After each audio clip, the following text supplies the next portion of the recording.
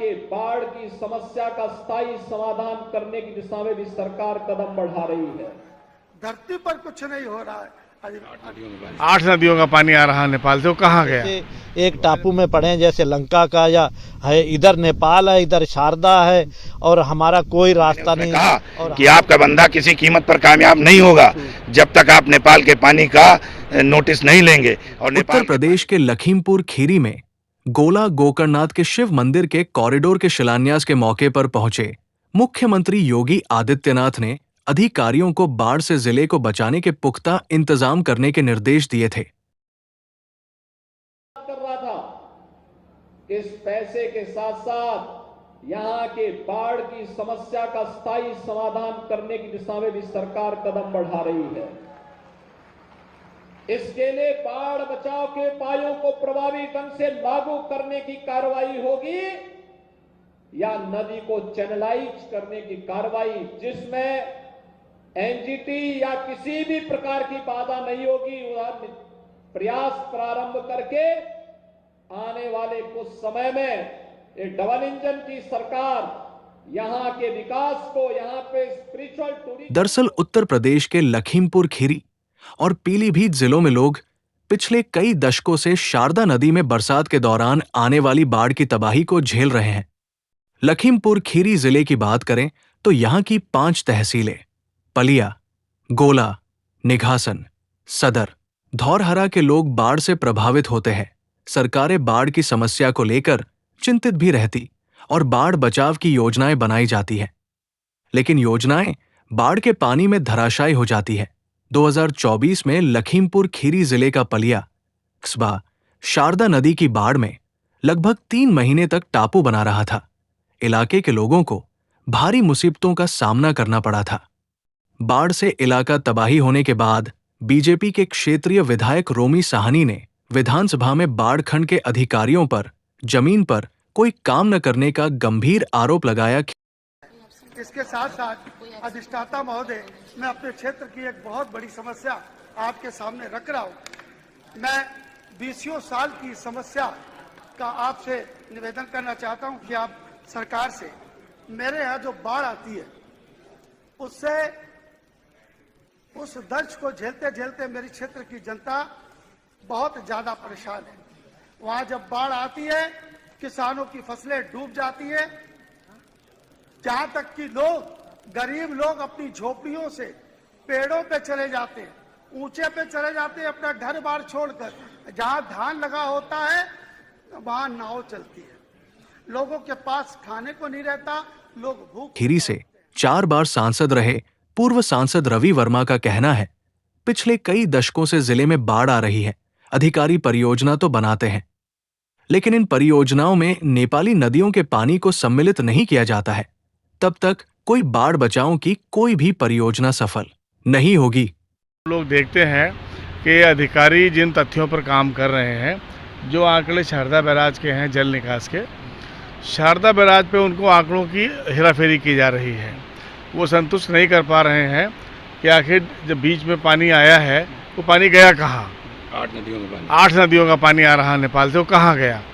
तो आज हम लोग इस बात का संज्ञान लेने के लिए आए हैं और हम लोग चाहते हैं कि अब भारत सरकार एक उच्च स्तरीय आयोग की स्थापना करे जो इस पूरे प्रकरण की जांच करे, चूँकि इसमें सैकड़ों करोड़ रुपया खर्च हो चुका है और शारदा नदी जो कि सीमावर्ती क्षेत्र की महत्वपूर्ण नदी है, जीवनदायिनी नदी थी, अब ये जनता की परेशानी का कारण बन चुकी है। पीलीभीत जिले के कंबोज नगर में रहने के वाले किसान महेंद्र सिंह ने बताया, सन 1988 से ये पानी की समस्या हो गई है। 1988-89 के समय से ये पानी का प्रभाव ज़्यादा बढ़ा है, क्यों कि ये नेपाल ने जो बफर जोन से जितनी नदियाँ, कम से कम 8-9 नदियाँ जो है उसको बांध के इस शारदा में डाल दिए हैं। और जब से पानी बढ़ा है वो पानी नदियों का इसमें आया है और इधर इन्होंने, नेपाल ने बंदा बना दिया है। वो नेपाल की तरफ पानी नहीं जाता बल्कि वो इधर इंडिया में आता है और इसने इतनी तबाही मचा दी है कि हमारा यहाँ लोगों का जीना जो है बहुत प्रभावित हुआ है। हम लोग तो ऐसे एक टापू में पड़े जैसे लंका का या है, इधर नेपाल है, इधर शारदा है और हमारा कोई रास्ता नहीं और हम लोग इतने दुखी हैं, बरसातों में अगर कोई आदमी बीमार भी हो जाता है तो उसको ले जाने में हम जो है बेकार, बिल्कुल उनकी मौत हो जाती है। ग्राउंड जीरो रिपोर्ट डिजिटल की टीम ने पड़ोसी देश नेपाल में मौके पर उन नदियों पर जाकर ग्राउंड रिपोर्टिंग करी। उन सभी नदियों पर मौके पर पहुंची जिनका पानी बरसात दिनों में भारत के लखीमपुर खीरी और पीलीभीत जिलों में तबाही का एक बड़ा कारण बनता है।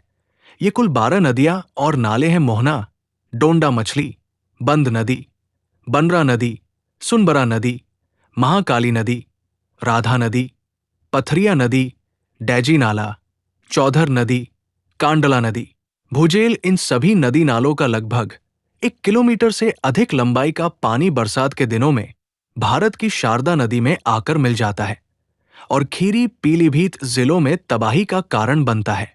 इस समय हम नेपाल की बनरा नदी के पास खड़े हुए हैं। बनरा नदी के पास इसलिए खड़े हैं कि नेपाल से जो पानी आता है, ये बनरा नदी शारदा नदी में जाके पानी गिरता है और 8 नदियां ऐसी हैं जो भारत में जाके नदियों में गिरता है। आप देख सकते हैं पीछे पूरी लंबी दूरी तक ये बनरा नदी आई है। आपने देखा होगा इनमें पेड़, ऊंची ऊंची मट्टी दिखाई दे रही है जो इतना इसलिए कटी हुई है कि इतने फ्लो से पानी आता है यहाँ पर कि लगातार जो पानी फ्लो पहाड़ से नीचे आता है, नदियाँ काटती है। तो आप इससे अंदाज लगा सकते हैं कि कैसे किस तरीके से जो मैं दिखाना चाहूँगा, किस तरीके से जितना कटान हो गया है। जो पहाड़ से पानी आता है उसको फ्लो इतना तेज होता है कि यहाँ नदी इतना पानी काट रही है और वहाँ पहुँचते पहुँचते पानी इसका बहुत तेज हो जाता है। लेकिन जितनी भी परियोजनाएं बनाई गई हैं अब तक उन परियोजनाओं में इस नदी के पानी का या 8 नदियों के, नेपाल की नदियों का पानी का को समावेश नहीं किया गया है, उनको नोटिस नहीं किया गया है, जिसके चलते सरकार का और वहाँ के इलाके के लोगों को भारी बर्बादी का सामना करना पड़ता है और इलाका, भारत का बहुत से बड़ा इलाका